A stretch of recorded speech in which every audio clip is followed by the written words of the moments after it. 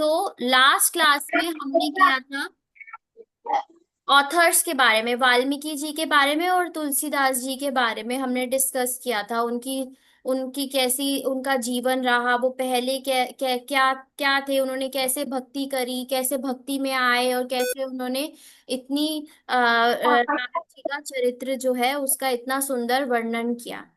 आज जो हम कर रहे हैं, आगे हम स्टोरी बढ़ा रहे हैं, आज हम कर रहे हैं बर्थ ऑफ रावण। हमारा टॉपिक है बर्थ ऑफ रावण। तो लेट अस प्रोसीड। सबसे पहले हम डिस्कस कर रहे हैं दशरथ जी के बारे में। दशरथ जी को दशरथ क्यों कहा जाता है? क्योंकि वो दसों दिशाओं में एक साथ युद्ध कर सकते थे, फाइट कर सकते थे in all directions. North south, east west, north east, north west, south east, south west and up and down. तो ये दसों दिशाएं हो गई। साथ में वो क्या थे? वो राजा अजा और इंदुमती उनके पुत्र थे। और सूर्य सूर्य डायनेस्टी, सन डायनेस्टी में थे, सूर्य कुल। और कहाँ पर उनका राज्य था? कौशल, जिसे अयोध्या कहते हैं। कौशल भी कहा जाता है, कौशल नरेश दशरथ ऐसे बोला जाता है बहुत बार। तो उनका जो नेम था, उनका जो राज्य था वो था कौशल, अयोध्या।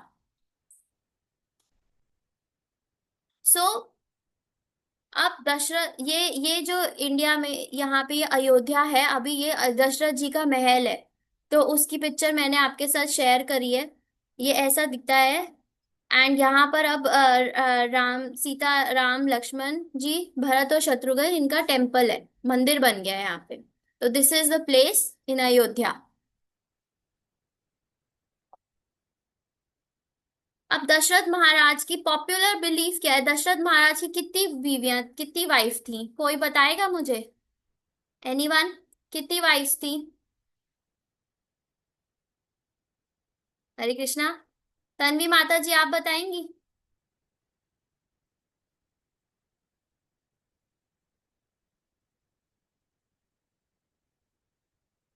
कृष्णा। हरे कृष्णा। हाँ जी माता जी, माता बताइए। जी 3 वाइफ्स थी। 3 वाइफ्स थी। हाँ जी, उनकी 3 वाइफ्स थी। राजा दशरथ की 3 वाइफ्स थी। माता कौशल्या, केकई और सुमित्रा। हरी बोल, वेरी गुड। तो उनकी 3 वाइफ्स थी।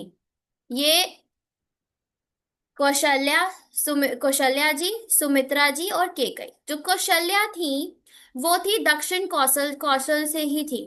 और सुमित्रा जी जो थी वो काशी वाराणसी से थी। और केकई जो थी वो केकया किंगडम की थी। यहाँ पर ये मैंने पिक्चर लगाई हुई है।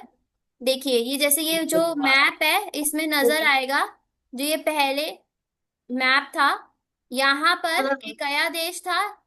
या ये रहा ये कौशल देश, यूपी, जो अब यूपी है, उत्तर प्रदेश। और यहाँ पर वाराणसी है, वाराणसी यानी कि काशी।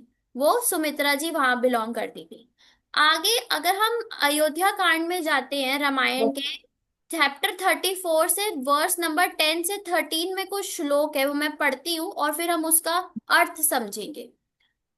सुमंत्रा आन्य में दारन ये केचित इह मामकः धारया पवित्रिता सर्वे द्रष्टुम इच्छामि राघवम्। सो अंतःपुरम् अतीत्य एव स्त्रिया तावाकम् अब्रवीत् आर्यो वयति वो राजा गम्यतां तत्र माचिरम्। एवम् उक्ताः स्त्रिया सर्वाः सुमन्त्रेण नृप अज्ञानया प्राच क्रामस्तद्भावनं भर्तुर् अज्ञा अज्ञाशासनम्। अर्धसप्तशताः ताः तु प्रमादाः ताम्रलोचनाः कौशल्यां परिवार्य अथा शनैः जग्मुर्धृत व्रतः। तो इसमें क्या बता रहे हैं? ओ Sumantra, being all my wives who are here, surrounded by all of them, I wanted to see the virtuous Ram. मतलब ये अयोध्या कांड की बात है, जबकि राम जी को प्रवास के लिए भेजा जा रहा था। ये तब की बात है, तब के ये श्लोक हैं। तो उस समय दशरथ जी कह रहे हैं कि भाई मैं, मेरी मतलब जो जितनी भी वाइफ्स है यहाँ पर, जो इस जिम्नेजियम में है, तो मुझे उनमें से वर्चुअस राम देखने हैं। तो फिर वो कह रहे हैं, फिर वो सुमंत्रा को भेज रहे हैं कि जाओ, सुमंत्र को जो उनके मंत्री हैं, कि जाओ उन वाइफ्स को बुला के लाओ। तो सारी स्त्रियां जो थी वो सुमंत्र के कहने पर, किंग के ऑर्डर से पैलेस में गई कि भाई हमें, हमारे हस्बैंड का इंस्ट्रक्शन है कि वो हमें वहां चाहते हैं। तो आगे सुनिए, encircling Kaushalya 350 women steadfast in their vow of devotion of their husband with their eyes reddened went there slowly। अब यहाँ पे हम तो जानते कि 3 ही वाइफ्स थी, तो ये 350 विमेन कहाँ से आ गई? ये कौन है? ये नई चीज आपको पता चलेगी। तो दशरथ महाराज की 350 मोर वाइफ्स थी, 350 और रानियां थी। तीन रानियां को के तो हम सबको नाम पता है, कौशल्या जी, केकई जी और सुमित्रा जी, ये तीनों रानियों का नाम पता है। लेकिन दशरथ महाराज की 350 और रानियां थी। अब ऐसा हमें तो पता ही नहीं था, इसके बारे में किसी को मालूम नहीं होता, लेकिन ये हमारे वाल्मीकि रामायण में लिखा गया है। क्यों थी? कोई सेंस ग्रेटिफिकेशन के लिए उन्होंने 350 रानियां नहीं रखी थी, इसलिए नहीं था उनकी। वो थी क्योंकि परशुराम जी की वजह से। अब परशुराम जी आप सबको मालूम है? किसी को मालूम है परशुराम जी कौन है? कोई बताएगा मुझे? तुलसी प्रभु जी, आप बताना चाहेंगे? तुलसी प्रभु जी।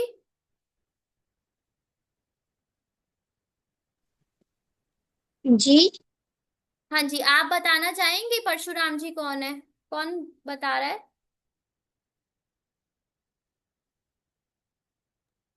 आप ही बता दे माता जी।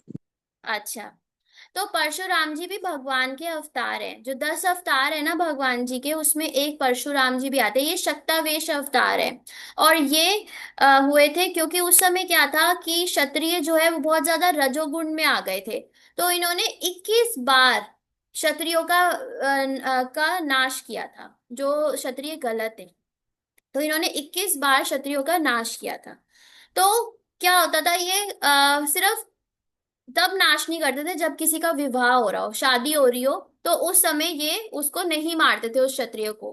तो फिर दशरथ जी ने सोचा कि ठीक है, जैसे ही परशुराम जी आएंगे तो हम क्या करेंगे, हम विवाह करने लग जाएंगे, शादी करेंगे। तो उस समय क्या है कि परशुराम जी जो है फिर वो हमें नहीं मारेंगे। वो ऐसे तो दशरथ जी भी बहुत पराक्रमी है, लड़ने को तो वो भी लड़ सकते हैं, लेकिन उन्होंने कहा ये कौन है, ये भगवान के शक्तिवेश अवतार है, तो मैं इनसे नहीं लड़ सकता, मुझे इनसे नहीं लड़ना, आउट ऑफ रिस्पेक्ट। तो इसीलिए उन्होंने क्या किया, उन्होंने ये ऑप्शन अपनाया कि जब भी वो अयोध्या में एंटर करेंगे तो हम क्या करेंगे, हम शादी करेंगे, उस समय विवाह होगा। तो इस तरीके से 350 टाइम्स परशुराम जी अयोध्या में आए। तो उस समय दशरथ जी देख ले, दशरथ जी मंत्री वगैरह सबको पहले ही पता चल जाता था कि परशुराम जी आ रहे हैं। तो उस समय क्या होता था, मंडप वहां पे बना दिया, एंड जो है शादी हो गई। तो उस समय जब वो देखते थे अगर अच्छा इनका विवाह हो रहा है तो इनको अभी मार नहीं सकते, तो वो चले जाते थे वहां से, परशुराम जी। तो ये रीजन था। पर उनकी जो अपनी आउट ऑफ चॉइस है, तो आउट ऑफ चॉइस उनकी 3 ही रानियां थी मेन, कौशल्या जी, सुमित्रा जी और केकई। लेकिन ये जो 350 प्रिंसेस थी वो इस वजह से थी क्योंकि उन्होंने परशुराम जी से, भाई परशुराम जी आकर युद्ध ना होए उनके साथ, तो इससे दूर रहने के लिए ये ऑप्शन उन्होंने अपनाया था। अब किंग राजा दशरथ की एग्नी क्या थी? अब राजा दशरथ जो थे ना, वो अनडिस्प्यूटेड एम्परर थे पूरे वर्ल्ड के। अर्थ पे वो अनडिस्प्यूटेड थे। हमने पिछली क्लास में देखा था कि उन्होंने अश्वमेध यज्ञ किया था। तो अश्वमेध यज्ञ करने पर क्या हुआ था, सारे जो हैं वापस, मतलब किसी ने उनके अगेंस्ट लड़ाई नहीं करी थी, सबने उन्हें राजा एक्सेप्ट किया था। और वो इतने पराक्रमी थे कि जब शनि देव से लड़ने के लिए चले गए थे, तो वो बहुत पराक्रमी थे। तो वो अनडिस्प्यूटेड एम्परर थे, उनकी वाइफ्स भी बहुत अच्छी थी। उन्होंने उनकी आज्ञा का पालन करती थी, प्रजा भी बहुत अच्छी थी, सब धन्य धान्य था, लेकिन एक कमी थी और जो उनको चिंता में डालती थी। उनको उन्होंने कहा था कि वो सोचते थे कि अब मैं, मेरा जो है आखिरी पड़ाव है लाइफ का, किसी भी क्षण में मेरी जो है वो कभी भी मृत्यु आ सकती है। तो ये जो हमारा राज्य है इसको आगे चलाने के लिए, जो अच्छे से चला सके, कोई भी पुत्र नहीं है हमारा, मेरा। तो ये चिंता थी उनकी, कि इस चिंता की वजह से जो है वो उनको ये चीज जो है उनको गम रहता था, इसका उनको खाई जा रही थी। इस चीज की वजह से उनको चिंता रहती थी हर समय कि क्यों नहीं हो रहा सन। तो उन्होंने अश्वमेध यज्ञ भी किया, तो वो सक्सेसफुल हुआ, लेकिन उसके बावजूद उनका पुत्र नहीं हो रहा था। तो लेकिन आपको पता है कि दशरथ जी की एक डॉटर भी थी। तो कौशल्या और दशरथ जी की एक डॉटर थी और उनका नाम था शांता। तो शांता जो है, फिर क्या हुआ था कि एक बार रोमपत जी जो कि अंग देश के राजा थे, वो आए और उनका कोई भी संतान नहीं थी। तो वो जब दशरथ जी के पास आए, तो उन्होंने उनसे रिक्वेस्ट करी कि आपकी इतनी प्यारी डॉटर है, मेरी तो कोई संतान ही नहीं है, तो आप प्लीज इन्हें मुझे दे दें। तो अब दशरथ जी अपने फ्रेंड को मना ही नहीं कर पाए, तो उन्होंने अपनी डॉटर जो है उनको दे दी। तो उन्होंने अब अडॉप्ट कर ली, रोमपत जी ने, अंग देश के जो राजा थे, उन्होंने शांता को अडॉप्ट कर लिया, एंड वो शांता जो है वहीं की प्रिंसेस बनी, वहीं पे पली बड़ी और बड़ी हुई। तो एक बार की बात है, क्या हुआ कि अंग देश में बहुत बड़ा फैमिन पड़ा, सूखा पड़ा, मतलब बहुत सालों से बारिश नहीं हो रही। अब जब बारिश बारिश नहीं हो रही थी, तो उनसे पूछा गया कि भाई क्यों नहीं हो रही, कैसे होगा इसका, ये बारिश कैसे होगी। तो बारिश बारिश कैसे होगी, तो एक सजेशन हमेशा दिया गया कि अगर कोई ऐसा व्यक्ति जिसने कभी भी कोई स्त्री ना देखी हो, स्त्री का चेहरा ना देखा हो, मतलब जन्म होते समय ही, तो वो व्यक्ति अगर अंग देश में आ जाएगा ना, तो यहाँ पर वर्षा हो जाएगी, बारिश हो जाएगी। अब सब सोच में पड़ गए कि ऐसा कौन व्यक्ति होता है जिसने कभी किसी स्त्री को ही देखा, क्योंकि जब जन्म लेते हैं तो कितनी नर्स होती हैं आसपास, लेडी से ही जन्म होता है, तो कैसे हो सकता है ऐसा। फिर रिसर्च सर्च किया गया तो पता चला कि एक ऋषि थे, उनका नाम था विबंडक। वो बहुत ही तपस्वी, तेजस्वी ऋषि थे। तो वो बहुत ध्यान करते थे। तो इंद्र को ना बड़ी टेंशन हो गई, इनसिक्योरिटी, कहीं ये इतना तपस्वी ऋषि है, कहीं ये आगे चल के इंद्र आसन ही ना मांग ले ब्रह्मा जी से, मेरे मेरी मेरी गद्दी ना ले ले कहीं ये। तो इसका ना तपस्या को भंग कराता हूँ। तो बड़ी अप्सराएं भेजी टेस्ट करने के लिए, लेकिन वो इतने पावरफुल ऋषि थे कि उनको कोई भी तोड़ ना सका। फिर इंद्र बड़े टेंशन में, वो कहाँ गए, ब्रह्मा जी के पास, कि भाई मैं तो ये ऋषि की जो तपस्या है ये भंग नहीं कर पा रहा, आप ही मेरी हेल्प करें, आप ही बताएं। तो ब्रह्मा जी ने कहा क्या हो गया, तुम चिंता क्यों कर रहे हो, ये सब शोभा नहीं देता। पर उन्होंने बहुत रिक्वेस्ट करी, बहुत रिक्वेस्ट करी। तो ब्रह्मा जी ने कहा अच्छा ठीक है, मैं देखता हूँ कुछ। तो फिर वहां पर एक अप्सरा थी, हंसा। हंसा के नाम से जो अप्सरा थी उनको भेजा गया। हंसा क्या करती थी, वो जहां पर जिस जंगल में विभंडक ऋषि रहते थे, वहां जहाँ तपस्या करते थे, वहां पर वो उन्होंने अपनी कुटिया बनाई और बड़ी सुंदर सुंदर वैदिक हिम्स जो है ना, वैदिक मंत्रों का बड़ा सुंदर गाकर उच्चारण करती थी, बड़ा करती थी। तो ऋषि बड़े खुश हो गए कि ये कितनी ज्ञानवान है, कितनी ये मतलब नॉलेजेबल है, ये जो लेडी है, स्त्री है जो। तो फिर वो वहां पर चले गए हंसा के पास, उन्होंने कहा तुम कितना सुंदर गाती हो, मांगो, क्या वर चाहिए तुमको, मैं बहुत खुश हूं तुमसे। तो हंसा जी ने कहा कि मैं आपसे ना विवाह करना चाहती हूँ, और आपसे आपकी सेवा करना चाहती हूँ। पर वो तो विपंडक ऋषि बहुत ज्यादा उनको तेजस्वी थे। उन्होंने ध्यान लगाया और उन्हें पता चल गया, अच्छा तो ये इंद्र ने भेजी है। तो उनको बहुत गुस्सा आ गया उस समय। तो उन्होंने कहा, अच्छा तुम्हें तो मेरा वीर्य चाहिए ना, लो। उन्होंने ऐसे ही अपना कुछ मतलब ध्यान लगाया और ऐसे वीर, ये लो। अब और वहां से वो गुस्से में चले गए। अब जो हंसा थी वो डर गई।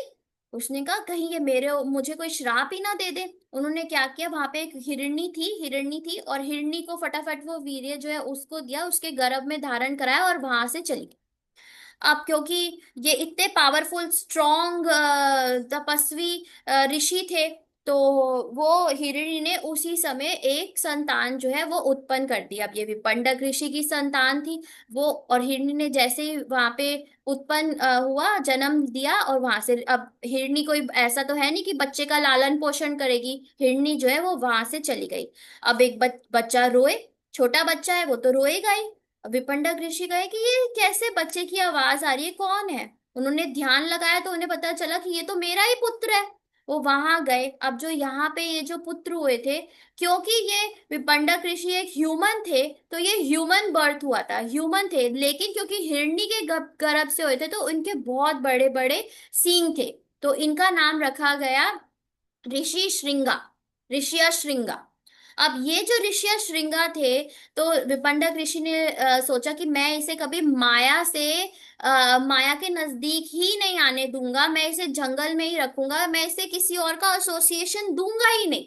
ये हमेशा जंगल में ही रहेगा। तो ये बहुत ही ज्यादा ना गलीबल से, बड़े भोले भाले से थे। हर चीज अपने पिताजी से पूछ के करना कि भाई मैं नहा लूं, इतना भी पूछते थे, मैं मंजन कर लूं, ये क्वेश्चंस भी पूछते थे अपने पिताजी से, और उनसे पूछ के ही उन्होंने हर चीज करते थे। इतने भोले भाले थे और तपस्वी थे। उन्होंने कभी स्त्री को देखा ही नहीं था। अब पता चला जब अंग देश के राजा रोमपाद को इनके बारे में कि अच्छा ये ऋषि श्रृंगा हैं जिन्होंने कभी आज तक कभी किसी स्त्री को देखा ही नहीं है, कभी देखा ही नहीं है स्त्री को। तो अब इनको कैसे लाया जाए। सब डर गए कि भाई जो ये विपंडक ऋषि है, ये तो बहुत ज्यादा भाई हमारे तपस्वी हैं, इन्हें पता चल गया तो हमारा तो ये बहुत ज्यादा क्या बोलते हैं, नुकसान कर देंगे, श्राप दे देंगे हमको। सब डरे हुए थे कि कैसे करें। तो इन्होंने क्या किया कि जो वहां की बहुत सुंदर सुंदर मेडन्स थी, कोर्टिसन्स थी, उनको एक क्या बोलते हैं, बड़े बड़े सर पे बाल ऐसे करके वेश धारण करके, ऋषि का वेश धारण करके उनको भेजा। और कैसे एक बो उनका जो कुटिया थी वो बोट पर बनाई गई कि भाई फटाफट बोट पे हम इनको ले आए। बोट पे बनाई गई और नदी के सहारे ये वहां पहुंचे जहां पर ऋषि श्रृंगा की कुटिया थी।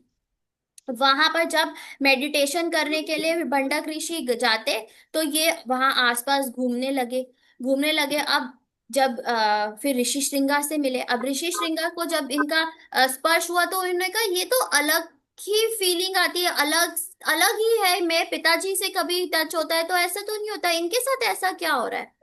तो उन वो आते, मिलते, उनकी कुटिया आते। तो एक दिन जो ये मेडन्स आई हुई थी, जो ये लेडीज आई हुई थी, इन्होंने बोला कि हम हमेशा आते हैं आपकी कुटिया में, आप भी कभी हमारी कुटिया में आए, हम भी आपका आदर सत्कार कर सके। तो ऋषि श्रृंगार ने कहा ठीक है। अब वो एक दिन अपनी कुटिया में ले आए उनको। अब कुटिया कहाँ थी, कुटिया तो बोट पे थी। तो बोट को चलाकर ये लोग अंग अंग देश तक पहुंच गए। और वहां पर जैसे ही ऋषि श्रृंगा का पैर अंग देश पे पड़ा, वैसे ही इंद्रदेव ने वर्षा कर दी। वहां पे वर्षा हो गई। अब वर्षा हो गई वहां पे। एंड फिर उसके बाद हुआ कि अब यहाँ पर आए हैं, डर था कि कहीं विपंडक ऋषि को पता चल गया कि हम ऐसे ऋषि श्रृंगा को ले आए हैं कपट करके, तो कहीं वो गुस्सा ना हो जाए। तो रोमपाद राजा जो थे, अंग देश के राजा, शांता जी के पिता, उन्होंने शांता जी की विवाह जो है ऋषि श्रृंगा से करा दिया। एंड ऐसे शांता जी जो है जो पति हैं उनकी सेवा करने के लिए एक प्रिंसेस थी, लेकिन वो कुटिया में अपने पति के साथ अंग देश में रहने लगी। अब अब इसकी अब हम मैं आपको ये स्टोरी क्यों बता रही हूँ, ये मैं ऋषि श्रृंगा के बारे में आपको इसीलिए बता रही हूँ क्योंकि जब दशरथ महाराज बहुत चिंता में थे कि कैसे पुत्र की प्राप्ति होगी, तो उस समय जो ऋषि मुनि थे और उनके मंत्री थे, उन्होंने उन्हें बताया कि भाई हम अश्वमेध यज्ञ करते हैं और फिर पुत्र कामेष्टि यज्ञ करेंगे। और वो पुत्र कामेष्टि यज्ञ अगर कोई ऐसा व्यक्ति करेगा जिसका क्या बोलते हैं, जिसने कभी जन्म होते हुए स्त्री को नहीं देखा, तो विष्णु खुश होंगे, यज्ञ का यज्ञ होगा, प्रॉपर होगा, तो अ, हमें आपको पुत्र की प्राप्ति होगी ही होगी। तो अब जब पता चला कि उनका जो खुद दामाद है वो ही ऋषि श्रृंगा है, एंड वो ही ऐसे हैं जिन्होंने स्त्री को कभी देखा ही नहीं, तो अंग देश से उनको ऋषि श्रृंगा को बुलाया गया और दशरथ महाराज जी ने उन्हें रिक्वेस्ट करी कि अब आप यज्ञ करें। अब जो ये यज्ञ होता है ना, जो अश्वमेध यज्ञ होता है, ये बड़ा प्रॉपर होना चाहिए, क्योंकि ना इसमें कोई रखो भी फिर, एरर नहीं होना चाहिए। इसीलिए कोई ऐसा ही रखो व्यक्ति करे जो कि रखो फिर, जिसको रखो इसे बहुत रख। नॉलेज है। क्योंकि क्या होता है कि जब हाँ ये, बा, हेलो।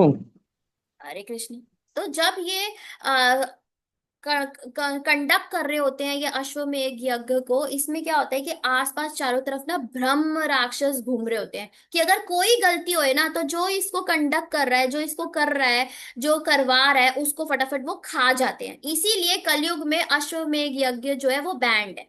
क्योंकि कलयुग में सबको वैदिक मंत्र प्रॉपर पता नहीं है, किसी को नॉलेज नहीं है, कुछ भी गलतियां होती रहती हैं जब हम कोई पूजा अर्चना करते हैं। तो ये ना हो, ब्रह्म राक्षस वहां घूम रहे होते हैं, तो किसी को कोई नुकसान ना हो, इसीलिए अश्वमेध यज्ञ कलयुग में बैन है। उसी तरीके से पुत्र कामेष्टि यज्ञ भी प्रॉपर तरीके से होना चाहिए। तो ये यहाँ पे ये हो रहा था। अब हम आते हैं कि भाई मेन रावण के ऊपर आज जो हमारा टॉपिक है कि बर्थ ऑफ रावण। तो रावण के पिताजी का क्या नाम है? विश्रशवा। और विश्रशवा कौन है? विश्रशवा है पुलस्त्य ऋषि के पुत्र, और पुलस्त्य ऋषि ब्रह्मा जी के पुत्र। तो विश्रशवा जो है बहुत तपस्वी, बहुत पवित्र ऋषि थे। अब क्या हुआ कि राक्षस ना उस समय बहुत ज्यादा वीक हो रहे थे और देवताओं से हार रहे थे।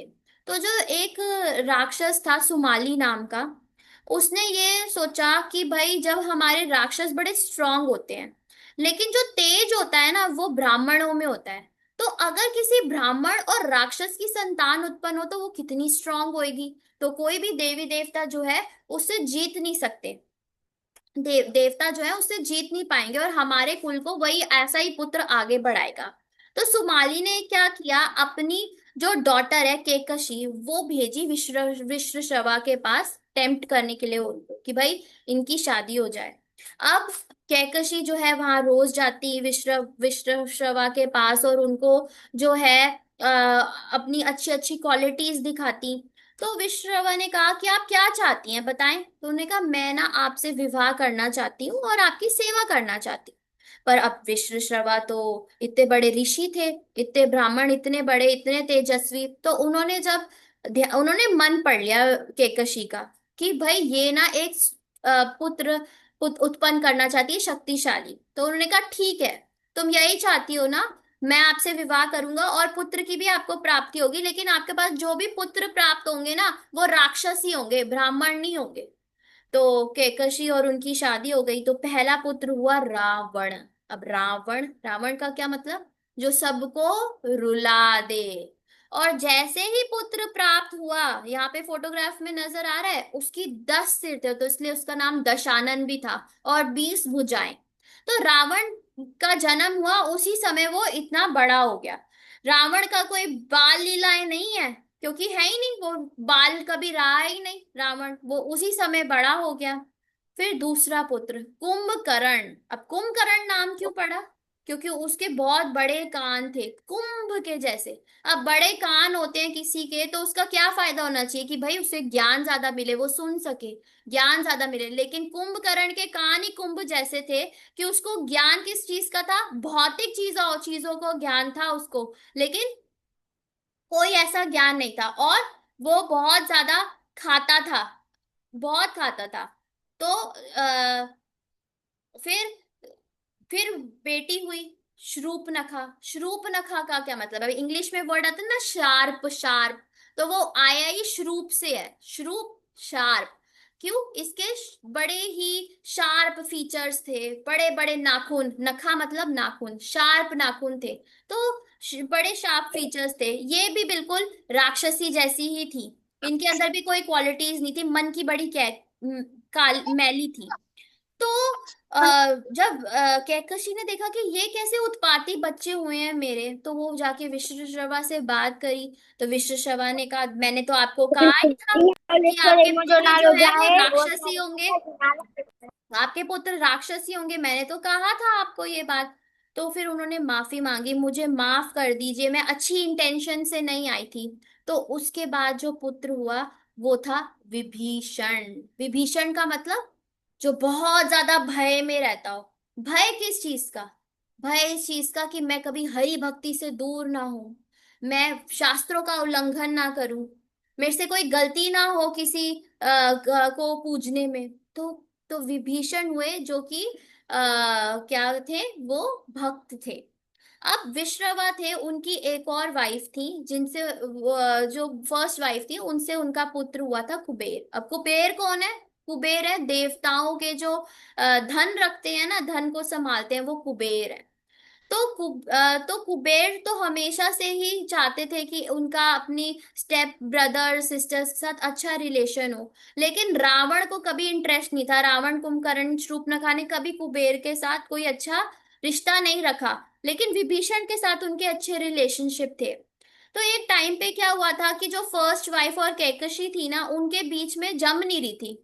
तो फाइट्स होती थी, तो इसीलिए वो अलग हो गए। तो कुबेर और उनके फैमिली अलग रहने लगी, एंड केकशी एंड वो उनके बच्चे अलग रहने लगे।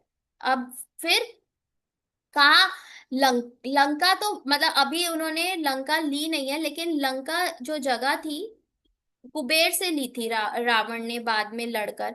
लेकिन जो लंका थी वो क्या था? लंका के बारे में आज हम बताते हैं आपको कि लंका जो है ये अर्थ की नहीं है कि अर्थ की जगह हो, नहीं। लंका इतनी सुंदर थी, वहां पे देवी देवता विचरने आते थे। तो लेकिन ये आई कहाँ थी? तो एक बार क्या हुआ था कि दो गंधर्व थे, वो आपस में ना लड़ाई कर रहे थे। वो बात कर रहे थे कि भाई, एक कह रहा था कि भाई वायुदेव ज्यादा शक्तिशाली है, और दूसरा कह रहा था नहीं, वासुकी नाग शक्तिशाली है। कह रहे वासुकी ज्यादा शक्तिशाली है भाई, वासुकी मत्स्य अवतार हुआ था। तो भगवान ने मछली जब बन के आए थे तो वासुकी को ही नाव से बांधा था, अपने से नाव को लेके जाने के लिए। और जब समुद्र मंथन हुआ था तो भी मंडार पर्वत के ऊपर वासुकी को ही बांधा गया था, एंड वासुकी से ही सब खींच रहे थे। तो दोनों आपस में यही निश्चय नहीं कर पा रहे थे कि भाई कौन ज्यादा स्ट्रांग है। तो इतने में वायु देवी वहां पे आ गए, क्योंकि वो सब सुन रहे थे। तो उन्होंने बोला वासुकी को बुलाओ, आपस में हम एक कंपटीशन कर लेते हैं, पता चल जाएगा कि कौन ज्यादा स्ट्रांग है। तो फिर उन्होंने रिक्वेस्ट करी मेरू पर्वत से, माउंट मेरू से, कि भाई हमें आपकी हेल्प की जरूरत है। तो वासुकी ने क्या किया, माउंट मेरू जो मेरू पर्वत है उसको कॉइल कर लिया उसके चारों तरफ, और बोला कि अगर मैंने इनको पकड़ा हुआ है, अच्छे से दबाया हुआ है, वायु अगर हिला देता है माउंट मेरू को, तो इसका मतलब वायु ज्यादा स्ट्रांग है, और अगर नहीं हिला पाता तो इसका मतलब मैं ज्यादा स्ट्रांग हूं। तो अब वो वासुकी ने कस के पकड़ा हुआ है, एंड वायुदेव हिलाने की कोशिश कर रहे हैं। तो इन दोनों का तो कुछ भी नहीं जा रहा, कोई प्रॉब्लम नहीं है इन दोनों को। लेकिन जो माउंट मेरू पर्वत है, वो उनके जो पर्सोनिफाइड फॉर्म है वो ब्रह्मा जी के पास गए, भाई मुझे बहुत प्रॉब्लम हो रही है, मेरे लिए कुछ करें ब्रह्मा जी, आप मुझे हेल्प करें। तो ब्रह्मा जी ने फिर समझाया कि आप ये सब छोड़ दीजिए। तो जब अनकॉइल कर रहे थे ना, अनकॉइल कर रहे थे मेरू पर्वत को, वासुकी नाग, तो एक छोटा सा टुकड़ा जो है वो गिर के ओशन में गिर गया था। तो वहां पर तब जब वो गिरा, तो वहां पर वो है लंका। तो आज का टॉपिक जो है हमारा यहीं तक था। आगे राम जी का बर्थ करेंगे नेक्स्ट क्लास में। आज हमने रावण का बर्थ किया है। तो अगर आपने किसी ने कोई कुछ पूछना है तो आप अभी पूछ सकते हैं, फिर हम क्विज करेंगे।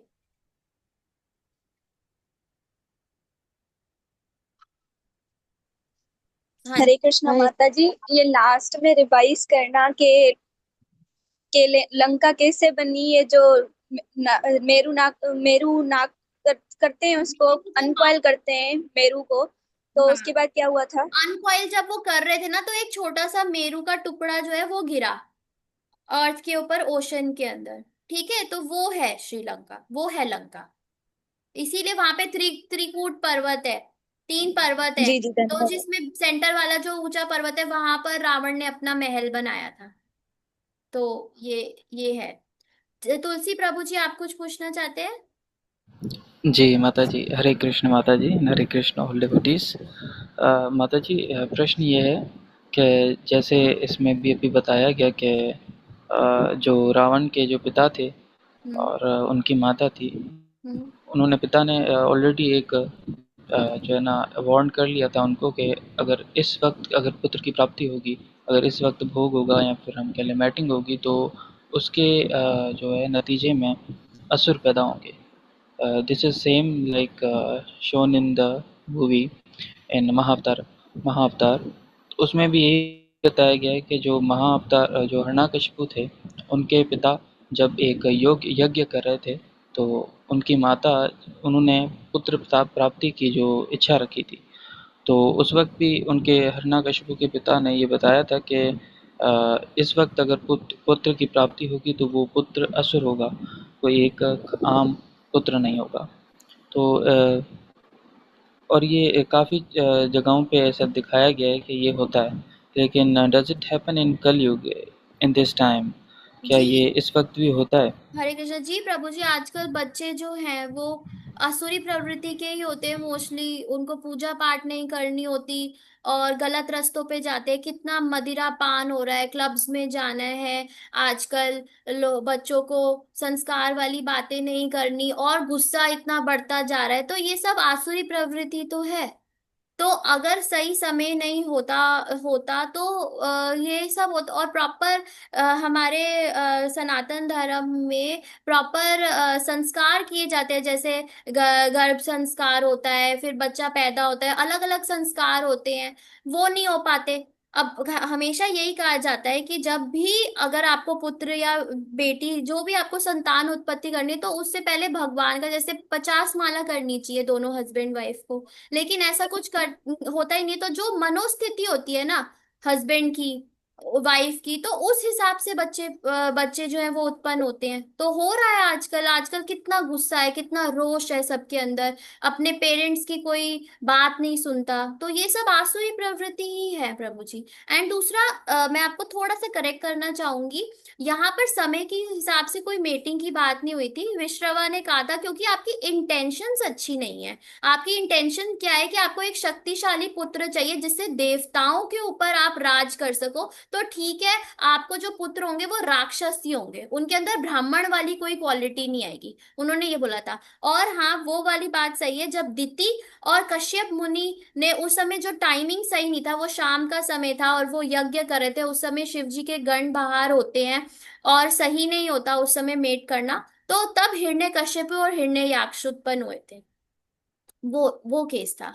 जी प्रभु जी, होप मैंने आपको अ, आंसर, आप सेटिस्फाई हुए हो। जी माता जी, इसके अंदर एक थोड़ा सा और डाउट जी। है। Should we care about what at the time of fertilization or at the time of labor? At the time of conception, मतलब जब प्रभु जी एट द टाइम ऑफ आप, Conception, yes. उस समय जब मतलब ये इनिशियली शुरू हो जाता है प्रभु जी, गर्भ संस्कार जो है यज्ञ किया जाता है। मतलब पहले ही प्री प्लानिंग होनी चाहिए। क्योंकि ना, जैसा हमारा मानसिक स्थिति होगी ना, उसी हिसाब से हम आत्मा को अपनी तरफ अट्रैक्ट करेंगे, ऐसी आत्मा ही आएगी हमारी तरफ। तो वो पहले यज्ञ होता है, फिर क्या बोलते हैं, माला करनी चाहिए, नाम जाप होना चाहिए, उसके बाद जो प्रोसेस है वो स्टार्ट होना चाहिए। जी। ओके माता जी, धन्यवाद। हरे कृष्ण। हरे कृष्णा। कुशल प्रभु जी। हरे कृष्णा। जय मुझे श्याम जी से प्रश्न करना था। उन्होंने कहा था कि एक हरे प्रश्न रखा कृष्णा। था कि गणेश जी के आराध्य देव कौन है, नरसिंह जी या शिव जी। हम सब ने आराध उत्तर दिया था शिव जी। तो प्रभु जी, उन्होंने कहा वो गलत है। थोड़ी सी ना वॉइस कम आ रही है, थोड़ा सा अगर आप ऊंचा बोलें तो मुझे जी श्यामचंद्र प्रभु ना अवेलेबल नहीं है आज। वो प्रचार के कार्य से आउट ऑफ कंट्री गए हुए हैं, तो इसीलिए वो ज्वाइन नहीं कर पाए हैं। बाकी अगर आप मेरे से पूछना चाहते तो मैं बिल्कुल आंसर देना चाहूंगी जी, अगर मैं प्रश्न प्रश्न सक्षम यही हुई था तो। कि आपको आवाज आ रही है मेरी? जी, अब आ रही है। जी, प्रश्न यही था कि उन्होंने एक प्रश्न किया था कि गणेश जी के आराध्य कौन हैं।